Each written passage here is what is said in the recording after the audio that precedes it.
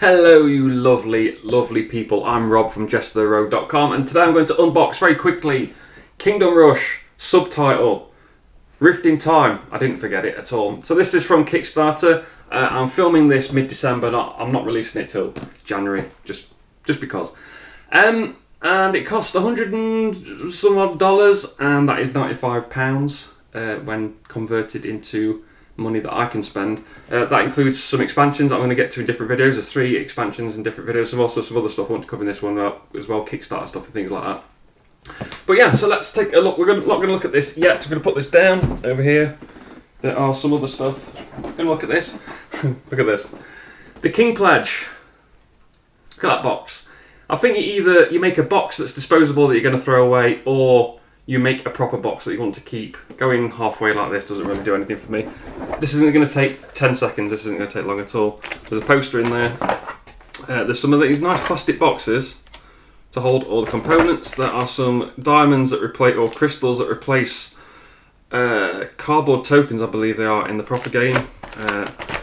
These little miniatures that replace little wooden soldiers from the proper game or the full game. And these hearts that are grey did not go down well at all in the Kickstarter. These should be red. They are red in the Kickstarter, to be fair. We are getting replacements for these, but that didn't go down well at all. So let's look at the next thing. It's this. It's the 3D Tower expansion. Now, if you haven't played Kingdom Rush, because it is an app, and I don't know what it's available on. I think it's also available on Steam and stuff like that. It is a tower defense game. You've got hordes of enemies coming at your base, and you're building towers to fight them off, but you're also putting those soldiers in place, which is what those little miniatures were. And you control a hero, and you're going out there and you're stomping on them and you're fighting them yourself as well. So in here, what this does, very simply, it's just a box to hold all of these, and all these are basically bases to put the towers on so that they loom over the board, not just flat on the board, which is good. What I'm going to do, I've built this one up.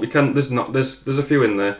I'm going to put this to one side, and then when we go through the unboxing of the normal game, because that one's still in the shrink, I've opened these to have a look, because I knew it wouldn't take long to get through. We'll put a tower in and see if it makes it look any better at all, see if this is worth buying. Who knows? Time for the big boy. It is quite big. Well, I'll take the film off this, just to let you know it's supposed to arrive. It should have arrived in... It's tougher than I thought. April of 2020. It arrived in December of 2020. So it is quite a bit late. It's from Lucky Duck, Chronicles of Crime. I can't remember how late that was. I think that was a couple of months late. This was very late. I think it's as bigger than most of the projects they do anyway. So there's that. The other thing is, chances are you're not a subscriber of the channel, so why not subscribe? 1 video a week plus Kickstarter unboxing. So you get a news video the first Monday, and you get a how to play / top 10 on the 3rd Monday. 2nd and 4th Mondays are live streams, and the 5th Monday is something different because there aren't that many in the year. There's only 4. So there we go. There's the front of the box. Don't know why my thing's not working. My viewfinder for my camera isn't working. So hopefully you can see this. I'm going to check that now. Yeah, that looks all good. You've got a grid so you can play noughts and crosses straight away, and I'll go in the middle. Where are you going to go? Don't need this. This can go straight away. Now there is a campaign available in this as well, so there are some stickers. Let's have a look. Difficulty levels, heroic challenges, and iron challenge. So I think these are stickers that you put to mark off your achievements in the campaign book. We have a rule book. It's very bright and colourful. We have a scenario booklet. I'm just going to have a quick flick through this off camera. So there's 10 scenarios. It shows you how to set up the map, shows you special rules and how to win and stuff like that. So that seems pretty good, because you can play it 1 to 4 players. So I'll smash through this campaign solo. Why not? We have a map, a very thin map. All the things, all the locations of stuff. That's what you put your stickers on. You can see where you put your stickers on these. Then we have tokens. Now these look like the damage tokens. These are what you're going to use to damage the enemies as they're going around. So you can see you've got some different ones here. They start off small 1 space ones like this, and you upgrade them through to bigger tiles like that. This is what's going to deal all the damage. Then we have the board tiles. I don't understand why. I'm sure there's reason for doing this. I don't like it. Just give us the full board. So there's 1 of them. There's 2 of them. There's 3 of them. Oh, that one's got 3 things on. And there's another one here. This one looks a bit more interesting. So here we can see the hearts and the crystals that were replaced with the crappy grey wooden tokens and the quite nice blue crystal things there. And there's some other stuff there. Some skulls here. More damagey things by the looks of it. Ooh, let's put this the right way around. So here we have the characters and the character abilities on them. So let's take a look at the back. Shows you what all those abilities do. So they're quite nice. More foresty wood stuff. More foresty wood stuff. And more foresty wood stuff. I think finally more foresty wood stuff. Plastic lid for a plastic box. So here are those wooden meeples that are replaced with the plastic ones so they can go. Now these are your playable heroes. Well, there's some heroes there. I think there's some bad guys in the back of this bag by the looks of it. I'll have a look. Yep, so these are the heroes that you can play in the game. If you've played the app, you should know who they are. I believe they are taken from the game. And here are the bad guys. Lilith, Lord Blackburn, whose first name is Tony. And if you are over 40 and British, you'll be laughing, trust me. And a time mage. And there's some helper cards there that show you how to play the game. Helper cards, always good. They are helpful. Oh, there's turns. This is good as well, look, because the reference cards for the bad guys have their turn sequence on the back, which is good because they're all different. So I like that. That's very handy. Very good. I think these are player boards. Ooh, they're weird. There. So these are player boards. There's where you put your special abilities. This is your basic attack. So you can see there how you do that and your things and stuff. Got your turn sequence here, which is good. I'm sure there's something that slots in there. And it shows you there what you get at the start of the game depending on the player count. So if you're playing solo, you get 4 things. If you're playing 4 players, you get a thing. Cool. Of course, there are 5 here for the 5 heroes in the game as well, so that's pretty good. I like these. Good quality. Very good. And look at these. Ooh, acetate cards. Always good. By the way, I'm redecorating the house.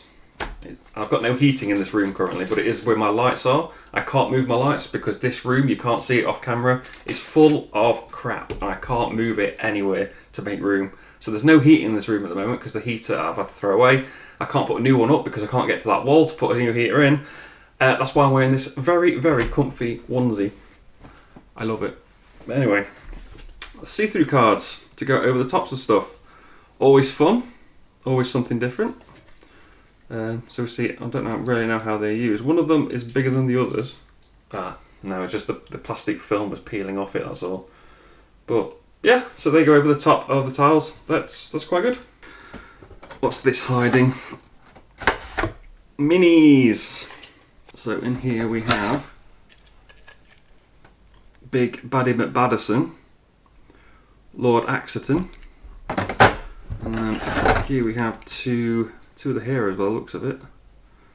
Pretty cool. I don't know why the bases are odd shaped, but there you go.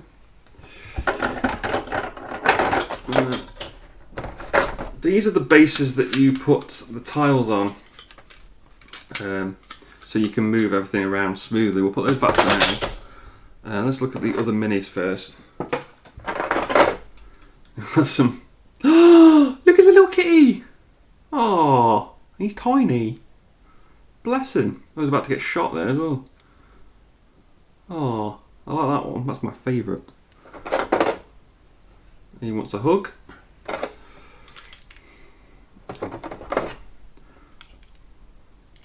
What are you buying? See, I think these are heroes as well.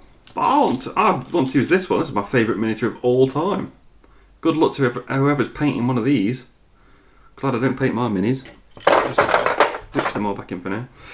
Oh, what a cute kitty. Let's look at these cards.